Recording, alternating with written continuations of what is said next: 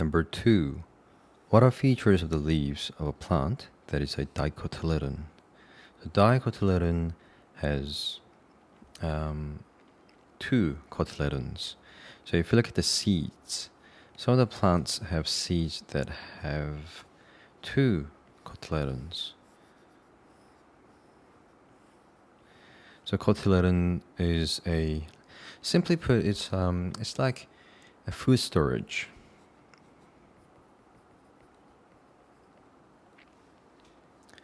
So it provides food for the embryos inside the seed, and the embryo later develops into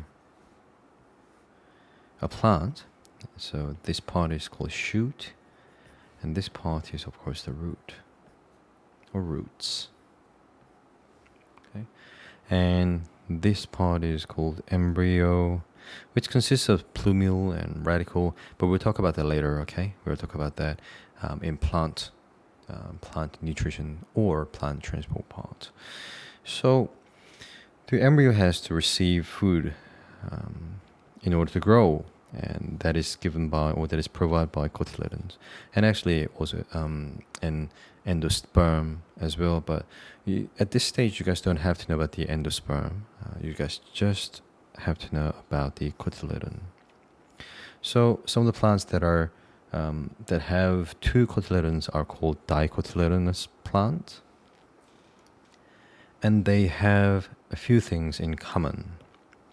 So things like plants that are dicotyledon are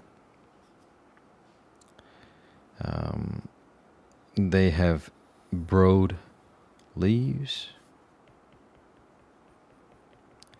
and their veins inside the leaves are net-like structure. Whereas monocotyledon or monocotyledonous plants have leaves that are very narrow. Their widths are very narrow, and they have veins which are parallel.